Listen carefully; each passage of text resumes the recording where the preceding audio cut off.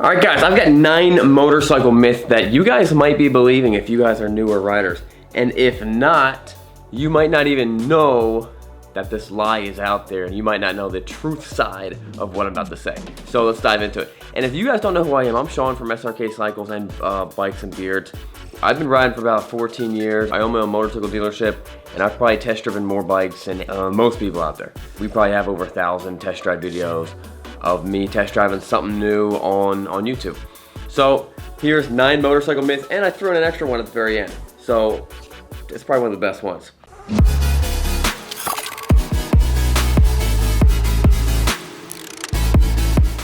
Number 1 is about running out of gas on a carbureted bike and what the petcock is for. So the way these bikes work is they have no fuel gauge. They have no fuel gauge and they have no fuel light. On older bikes, and some newer bikes still have this. What's supposed to happen is you're supposed to have the petcock. There's 3 settings. You have on, off, and reserve. And you're supposed to have it on. When you're driving on the highway, you're doing your trip, and then you start feeling like, oh no, I'm running out of gas. You reach down, you flip it to reserve. What's going on is there's like a straw. Imagine a straw. Here's the gas tank. When it's on, it's sucking from right here. Pulling from right here, so there's fuel underneath it. When you flip it to reserve, it pulls from a lower straw that's coming from down here. That gives you a couple extra, you know, they normally say like 20 or 25 miles. So that's how the petcock works. I've seen so many new riders who have no idea what that is. They just drive the bike till it runs out of gas and they push the bike back. Number 2, sometimes you see a new rider and they were having a hard time getting the bike into gear. Maybe they pull up to a stoplight and they left it in third. They didn't drop it down to neutral or first. And they're just having a hard time getting into gear. And they think there's something wrong with their motorcycle. There's nothing wrong with your bike. It's just how the sequential transmission is sometimes. And you kind of have to rock it into gear. So what you would do is maybe start releasing the clutch out a little bit, applying a little bit of pressure, and then kind of rock the bike into gear. And you'll normally just pop. It'll just start popping in. So it's something you gotta get used to. Someone's been riding for a long time, riding a lot of older bikes, a lot of newer bikes. It's just common sense to me, and it's just muscle memory, and I just do it all the time. So if you're having trouble getting your bike into gear, or maybe back into neutral, just kind of rock it, release the clutch out a little bit, and then it normally just pops right in. Everyone does this on their first bike, and they think that doing the exhaust is the best possible mod for performance for their motorcycle. That is probably, I'm just going to go out and say it's not true. If you're looking for the best bang for your buck, the exhaust is not it. Best bang for your buck in terms of a sport bike is going to be changing the gears, changing the front and rear sprocket. You might as well throw a new chain on it. It's not necessary, but you might as well throw a new chain on it. That's going to get you the best bang for your buck, because you can do it for about 180 bucks. And you're gonna really feel a big punch, and the way it changes, you know, you might drop your top speed a couple miles per hour at the top end, which what do you need it for anyway? But you're gonna feel a whole lot more torque and a whole lot more horsepower at usable speeds that, you know, the speed that you guys are actually using. Number 4, I've seen this so many times. Guys come in, they're like, I saved up 5,000 bucks, and now I want to buy a motorcycle for $5,000. You guys have got it all wrong. You saved up 5,000 bucks. Now you might be able to spend 3,500 bucks on a motorcycle because you got to buy gear. Gear is extremely important. If you have a motorcycle without gear, you don't really have the complete package. Jacket, helmet, boots, gloves. These are all things that they're not the cheapest things. But the good thing about it is once you buy them, you don't have to sell it. You don't have to sell them with your bike. You don't have to get matching jackets and gloves and helmet to match your bike. And when you sell or wreck your bike, you have to get rid of them and get new stuff. Get nice gloves and get all these nice stuff. And then you have them for the next 10 years. And then that's a cost that next time you buy a bike, you don't have to spend the money anymore. Just because you got 5,000 bucks does not mean you can buy a $5,000 bike and completely blow out your budget. And then you want to ride, but you don't have any money to actually ride safely in the proper way that you should be riding. Number 5. Now, I don't know about every state, but I know in Pennsylvania, it is illegal not to have eye covering. So if you're not wearing sunglasses or clear like protective glasses, or you have your helmet visor, it's illegal. You can get pulled over. Now, you might think, well, that's kind of a dumb rule. Try riding without it. Try cruising on the highway or something like that, and you're wearing shades and a big rock or a bug just hits you right in the glasses. I think I may have broken glasses because of that. It's a big deal. If I was not wearing glasses, it'd be a big deal. So guys, eye protection.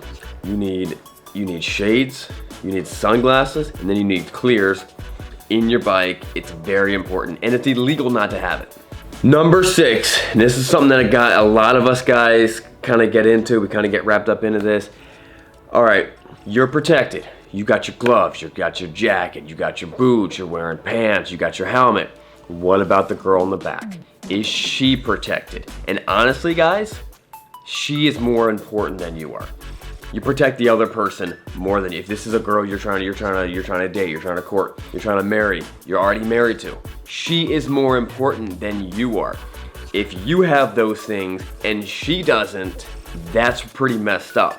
At the very least, give her your equipment. Here, wear my jacket. Listen, I know girls like to look cute and show off a lot of skin on the back of a bike. I know that's a thing. That's a horrible thing. If you actually value her and you actually like her at all, she's got to be covered up on the back of that bike. I just heard a story, horrible story about a guy who was riding with a girl on the back of his bike, and she was wearing like flip-flops or heels or something like that, and the bike wrecked. She lost 30% of her foot. I can't guarantee this, but I'm pretty sure that if she was wearing boots, her whole foot, she might get, her foot might get hurt, but it's not gonna get drug around like and lose 30% of her foot. You gotta have the girl in the back wearing clothes. She's gotta be wearing a jacket. At the very least, she's gotta be wearing jeans. If you like those pretty legs on her, keep those legs intact by keeping that stuff covered up, wearing some good jeans, if not, some leather pants, and then boots, gloves, everything you're wearing, she's wearing. She's just as vulnerable being on the back of the bike. Number 7, there's not just slow bikes and fast bikes and sport bikes and cruiser bikes. There's different bikes for different purposes. It's not like, oh man, I got a cool bike, you got a dumb bike. You know what I mean? That's your current opinion, and his bike is cool depending on what environment and what circumstance and what you're trying to accomplish. So you got sport bikes, and they're good for going fast and killing people. You've got cruiser bikes, you've got sport touring bikes, you've got touring bikes, you've got adventure bikes, you've got like adventure sport touring bikes, you've got supermoto, you got straight up dirt bikes. There's tons of different bikes and they have different purposes. This is something I really didn't know when I first started riding. I thought, oh, that's a dumb bike, and that's a fast bike, and that's a cool bike, and that's a slow bike. Just because your bike is faster than a Harley Davidson does not mean that his bike is dumb and lame. His bike was made for a completely different purpose. Just because someone else's bike is not as comfortable as your bike, hey, that bike was made for a different purpose. It's just something you guys gotta know. You may have noticed this with your motorcycle riding friends, and let me explain it to you. This is number 8. Motorcycle riders tend to change motorcycles much more frequently than they do cars. And the reason is a motorcycle is kind of a luxury item. I hate to say this, but it's kind of like an accessory.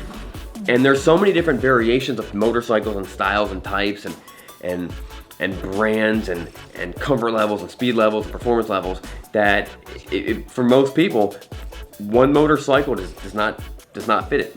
So it's much more common to see a guy, get a new bike every year or a new bike every other year than you would see, him replace his cars. So with that being said, when you're buying your bike, you don't have to, you're not marrying the bike for the rest of your life. You don't have to, spend all your time and all your effort perfecting it. Oh man, I like this and trying thousands of bikes. And what ends up happening is just you're missing out on ride time. Find a bike you like, sit on, unless there's something huge red flag about it or it's just horribly comfortable or something like that. You know what I mean? Buy it, try it out, get into the scene, and then just to see how it goes. If you don't like it, sell it in the next year. Ride it for a while, learn the benefits of it, learn what you liked about the bike, figure out what you don't like about it, and then next time you get a bike, improve on that. You may realize that what you thought you were gonna love about it, you didn't like, and what you didn't initially like when you first bought it, you actually fell in love with. So that's just all a part. A good experienced motorcycle rider has been on tons of different bikes, and You start to understand the pros and the cons of stuff. And what that ends up doing is you end up appreciating more bikes and appreciating more riders, and it kind of brings the whole community a little bit closer together. Instead of being like, well, I'd like to ride this bike and you like to ride that bike, so now we hate each other, which is just stupid. Number 9, and we have one more after this, but number 9, be selective about the people that you ride with. Don't just be like, oh, you got a motorcycle? Let's go riding together. You know what I mean? I know a lot of people do that.